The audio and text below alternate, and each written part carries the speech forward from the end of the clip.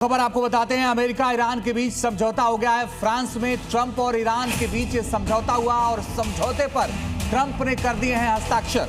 Memorandum of understanding पर Donald Trump ने हस्ताक्षर किए हैं। दस्तखत के साथ जो समझौता है वो लागू हो गया। हॉर्मूज खुलने का जो रास्ता है वो क्लियर है। फ्रांस के राष्ट्रपति इमैनुअल मैक्रों के सामने एमओयू पर हस्ताक्षर हुए। डोनाल्ड ट्रंप यहाँ पर हस्ताक्षर करते हुए आपको नजर आ रहे हैं। तो अमेरिका और ईरान के बीच 14 सूत्रीय डील पर सहमति बनी है, लेकिन क्या ये युद्ध आगे भी रुक पाएगा? क्योंकि 60 दिन का जो समय सीमा है वो तय किया गया है, एक ब्रैकेट तय किया गया है, लेकिन कई ऐसे पॉइंट्स जिससे वापस लौटता हुआ अमेरिका यहाँ नजर आया। लेकिन बड़ी जानकारी यही कि दोनों देशों के बीच में सहमति बनी है। 14 अहम पॉइंट्स हैं जिसको लेकर के दोनों देश इस समय सहमत हुए हैं और हस्ताक्षर हो चुके हैं। 28 फरवरी 2026 को भड़की चिंगारी 107 दिनों तक सुलगती रही। इन 107 दिनों में पूरी दुनिया ने मिडिल ईस्ट में वो तबाही देखी जो दशकों तक नहीं भूली जाएगी। ईरान के सैन्य ठिकाने मलबे में बदल गए, खार्ग आइलैंड को भारी नुकसान हुआ, तो वहीं पलटवार में अमेरिका को भी तगड़ी चोट लगी। खाड़ी देशों में मौजूद अमेरिकी एयरबेस नेस्तनाबूद कर दिए गए। कई अमेरिकी फाइटर जेट्स और हेलीकॉप्टर्स मार गिराए गए। स्ट्रेट ऑफ हॉर्मूज की नाकेबंदी से पूरी दुनिया में तेल और गैस की किल्लत हो गई, जिसकी वजह से हाहाकार मच गया। लेकिन 18 जून 2026 की तारीख इतिहास में दर्ज हो गई। पेरिस के ऐतिहासिक वर्साय पैलेस में अमेरिकी राष्ट्रपति डोनाल्ड ट्रंप और फ्रांस के राष्ट्रपति इमैनुअल मैक्रों की बैठक हुई। इसी बैठक के दौरान ट्रंप ने इस महाजंग को रोकने वाले अंतरिम समझौते यानी एमओयू पर दस्तखत कर दिए।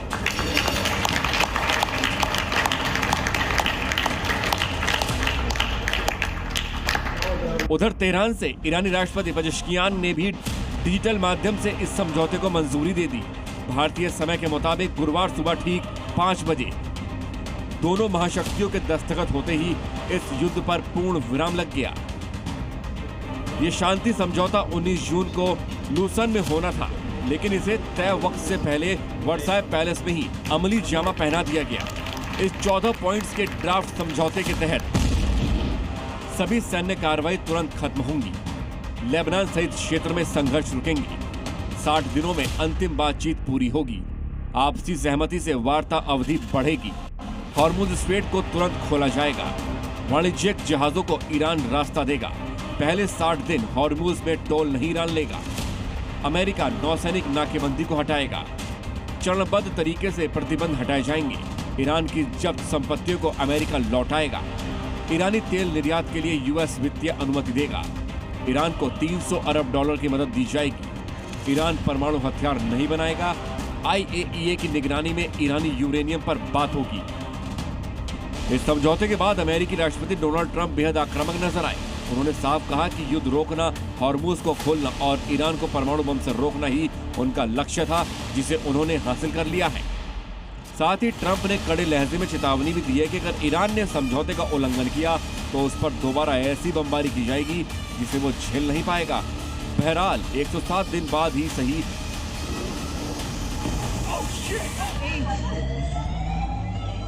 दुनिया ने राहत की सांस ली है, क्योंकि बारूद के ढेर पर बैठी दुनिया को इस समझौते ने एक बड़ी तबाही से बचा लिया है।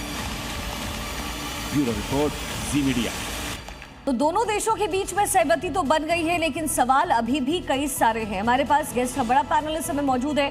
दीपक वोरा, पूर्व राजनयिक हमारे बीच में है। रविंद्र सचदेव, विदेश मामलों के जानकार। Mukesh Jain, market expert. एक एक करके इनकी राय जानते हैं। सबसे पहले दीपक सर, बहुत सारे ऐसे मुद्दे हैं जिसको लेकर के पहले अमेरिका की तरफ से कहा जा रहा था जो अमेरिका चाहता है वही होगा, लेकिन चाहे यूरेनियम संवर्धन की बात हो या फिर स्ट्रेट ऑफ हॉर्मूज को खोलने की बात हो, दोनों में ही अभी मैटर पूरी तरीके से क्लियर नहीं है। किसकी कूटनीतिक जीत आप देखते हैं सर? बहुत बहुत धन्यवाद, थैंक यू वेरी मच। जो मैं देख रहा हूँ कि इतने सारे आपके स्पेशलिस्ट मौजूद हैं और यहाँ पर तो रविंद्र सचदेव साहब हैं, पूरी तरह से समझते हैं मैकडोनाल्ड ट्रंप को। उसकी आत्मा में घुस के ये जानते हैं वो क्या कर रहा है, और जैन साहब भी ये जानते हैं। अब बेटा, जो मैं देखता हूँ, ना किसी की जीत है ना किसी की हार है। This is a compromise. ये कहना कि मैं जीत गया, ईरान चलिए जीत गया, लेकिन मार कितनी पड़ी है उसको ये सबको मालूम है। क्या फायदा जब सब कुछ लुटा के होश में आए तो क्या हुआ। He's been thrashed। जो यूक्रेन की हालत है, मैं तो रहा हूँ उस देश में, बहुत बुरी तरह से उसको मार पड़ी, लेकिन वो सर्कस का जोकर अभी भी मानने को तैयार है। कौन जीतता है फिर? देश को नष्ट करके आपको एक डॉक्यूमेंट मिल गया कि स्ट्रेट्स ऑफ हॉर्मुज को खोल दिया और आइंदा आप हम पे हमला नहीं। What is the benefit to Iran, ये मैं समझने की कोशिश कर रहा हूँ। ये है कि $300 बिलियन मुझे मिलेंगे, एक पैसा नहीं मिलेगा अमेरिका से। स्ट्रेट्स ऑफ हॉर्मुज आपने खोल दिया, आपने कह दिया कि मैं न्यूक्लियर वेपन नहीं बनाऊंगा, अमेरिका हम पे हमला नहीं करेगा, इजराइल जो है वो ठोकेगा नहीं हिजबुल्लाह को, अभी 1 घंटा पहले वो ठोक रहा है हिजबुल्लाह को। So what has Iran gained, ये मैं समझने की कोशिश कर रहा हूँ। 53 साल मुझे हो गए कूटनीति में। सबसे बड़ी जीत किसकी हुई है? दुनिया की, क्योंकि हम लोगों के ऊपर प्रेशर था, हमारे को तेल की कीमतें बढ़ रही थी, नेचुरल गैस की बढ़ रही थी, एटसेट्रा एटसेट्रा। ये मेन चीज है। अदरवाइज सॉलिड जो गेन है अमेरिका को तो है, मेरे तो जहाज वहां से चले जी। आई विड्रॉ माय फोर्सेस, नाकाबंदी हटा दूंगा। फिर खाड़ी के देश क्या करेंगे? उनको मार पड़ेगी और ईरान पे कोई भरोसा नहीं करता। अल्टीमेटली आई से दिस बेटा, मुझे जो लगता है अग्रीमेंट तो साइन हो गया, एमओयू है ये, मेमोरेंडम ऑफ अंडरस्टैंडिंग, अग्रीमेंट नहीं, अग्रीमेंट तो बाद में आएगा। मेरे को जो लगता है अभी भरोसा बिल्कुल नहीं है दोनों तरफ, और चाणक्य ने 2400 साल पहले कहा था भरोसा नहीं है तो समझौता नहीं है। ये बिल्कुल। दीपक सर, मैं आपके पास आता हूं। मुकेश जैन जी, मार्केट के बारे में भी थोड़ा सा बताइए, क्या असर देख रहे हैं आप पिछले कुछ घंटों से? देखिए, घंटे क्या, मैं तो बात करूंगा 3-4 दिन से, जब से ये स्थिति आई है तब से आप देखिए कि मार्केट ने रिकवर करना शुरू कर दिया है। क्योंकि सबसे पहले जो किसी भी न्यूज को कैश करता है वो मार्केट कैश करती है। क्योंकि अगर हम देखें कि ऑयल या और जो हमारी ग्लोबल जो बिजनेस है उस पर क्या इम्पैक्ट पड़ेगा, उसमें महीने लगेंगे। हमारे जो ट्रांसपोर्टेशन है उसमें महीने लगेंगे। लेकिन मार्केट ने तुरंत कैश किया और मार्केट के सपोर्ट प्राइस यानी निफ्टी 24,000 को टच कर गया और 24,000 को क्रॉस कर गया। हाँ। तो ये अच्छी खबर है मुकेश, मेरे हिसाब से। बड़ी जानकारी ये भी है, मैं फिर आपसे जवाब भी लूंगी। सोने चांदी में बड़ी गिरावट देखी गई है, कच्चे तेल में भी गिरावट देखने को मिली है। $78 प्रति बैरल तक कच्चा तेल पहुंच गया है। ये बड़ी जानकारी समय मिल रही है। तो जैसे ही एमओयू पर सिग्नेचर हुआ है उसके बाद भारी गिरावट, सोने चांदी के दाम में भी भारी गिरावट देखी जा रही है। ये बड़ी जानकारी इस समय मिल रही है। मुकेश सर, ये तो होना ही था, कहीं ना कहीं जो करंट अकाउंट है उस पर भी इसका असर पड़ता हुआ आपको आगे आने वाले दिनों में नजर आएगा। और ये सिर्फ कितने दिन तक कैरी फॉरवर्ड होगा? देखिए, कैरी फॉरवर्ड अभी ये टाइम लगेगा थोड़ा सा आने में, लेकिन जहां तक सोने का जो व्यवहार है, सोने का व्यवहार इसी तरह का होता है कि जब युद्ध की स्थिति खत्म होती है, हालांकि इस बारी सोने ने उस तरह से बिहेव नहीं किया जिस तरह से नॉर्मली ये वॉर की कंडीशन में करता है, लेकिन फिर भी सोने का ये होता है कि जब युद्ध खत्म होता है तो चीजें ठीक होती हैं। चीजें ठीक होने के बाद बिकवाली होती है, क्योंकि इन्वेस्टमेंट कहीं और जाती है, और वो इन्वेस्टमेंट जाती है तो सोना गिरता है। तो ये अब इस समय बिल्कुल नेचुरल ट्रेंड कर रहा है जो सोने में गिरावट है। और जहां तक चांदी की बात है, चांदी क्योंकि औद्योगिक एक वस्तु है, एक ये इसको आप सोने की तरह ना माने, तो चांदी मुझे लगता है कि आज की डेट में बढ़ने के पूरे संकेत। हाँ। ठीक है सर।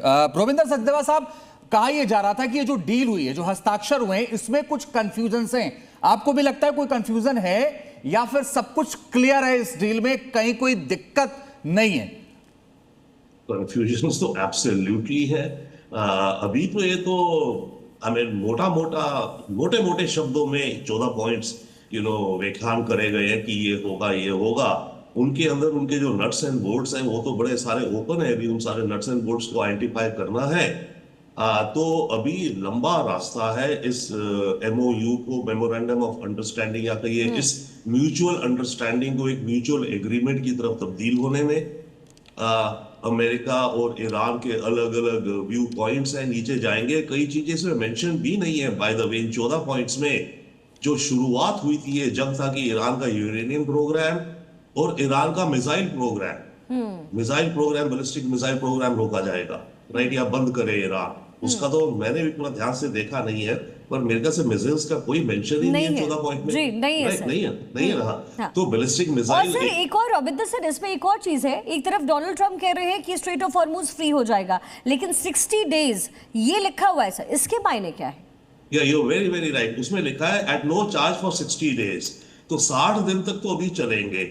उसके बाद स्ट्रेट ऑफ हॉर्मुज में शायद अगर फ्री भी हो, मान लीजिए, चलिए, ईरान का दबदबा तो बन गया है स्टेट के ऊपर। ये एक नया न्यूक्लियर वेपन पैदा हो गया ईरान के हाथों में, जिसे मैं कहता हूँ हॉर्मुजी पंजा। 6 महीने, साल, 2 साल बाद फिर कुछ फिर ईरान पंजे को टाइट कर देगा। But to your point of this की कोई चार्ज नहीं होगा। ये कहा जा रहा है कि टॉल नहीं होगा, टॉल यानी कि चुंगी नहीं होगी। बट ईरान ये कह रहा है कि हम शायद कोई सर्विस फी चार्ज करेंगे, और वो सर्विस फी ऐसे दिखाएगा कि जो शिप्स को जाना है उनकी जो नेविगेशन है, मैं उनको नेविगेशन एडवाइस कर दूंगा, मैं नीचे कुछ सफाई करता रहूंगा, ये वो, तो शायद कोई ना कोई फीस, कहने को आप नाक इधर से पकड़ो उधर से पकड़ो, जो भी है वो सर्विसेज दिखा करके कुछ फी होगी, चाहे छोटी मोटी भी हो, जितनी भी हो, पर चांस है कि वो फी होगी। और आपने एग्जैक्ट पकड़ा जब इसमें लिखा गया कि 60 दिन तक नो चार्ज, इसका मतलब 60 दिन के बाद तो कोई चार्ज लग सकता है। मुझे लगता है कि एक नए वेपन के तौर पर स्ट्रेट ऑफ हॉर्मुज को ईरान ने अब विकसित कर लिया है, आगे भी इसका इस्तेमाल करेगा। दीपक सर, इजराइल के लिए ये जो शांति समझौता है वो कितना बड़ा खतरा है, और क्या आपको लगता है कि आने वाले जो समय में एक नए मैप की तरह एक पश्चिम एशिया को एक तरीके से नए तौर पर विकसित होते हुए मैप पे देख पाएंगे? That's a very good question. बहुत अहम प्रश्न आपने पूछा। ऑफ कोर्स नया मैप बनेगा वहां पर। गल्फ मोनार्कीज जो है, पेट्रो मोनार्की जो हम कहते हैं, वो किस पे भरोसा करेंगे अपनी सुरक्षा के लिए? उनको डर किससे लगता है? इजराइल से नहीं लगता। इजराइल ने कभी भी उनके ऊपर फर्स्ट टाइम हमला नहीं किया। 67 में हमला होने वाला था इजराइल पे, तो उसने ठोका प्रीएम्प्टिव। 73 में उन्होंने किया। 48 जब इजराइल बना था, उन्होंने अरब्स ने किया था।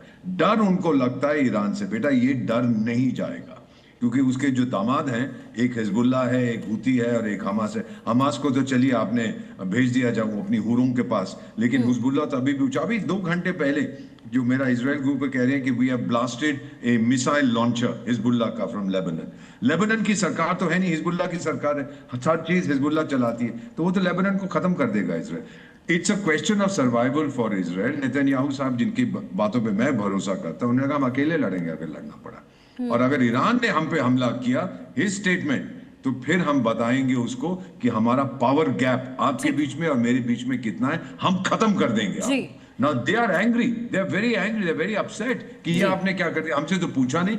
देखिए, एक तरफ से तो बारात आ गई अमेरिकन की, दूसरी तरफ से बारात आ गई ईरानियंस की। बाराती लोग भी वहां बैठे हैं सब, और दूल्हा कहाँ है? दूल्हा तो घर में बैठा हुआ है, हिजबुल्लाह को टोक रहा है। ठीक है सर। फाइनली ये जो deal, just was one comment, ये मेरी पहली पोस्टिंग फ्रांस में थी, वर्साई में कई बार गया हूं। यू नो, इसकी हिस्टोरिकल सिग्निफिकेंस क्या है?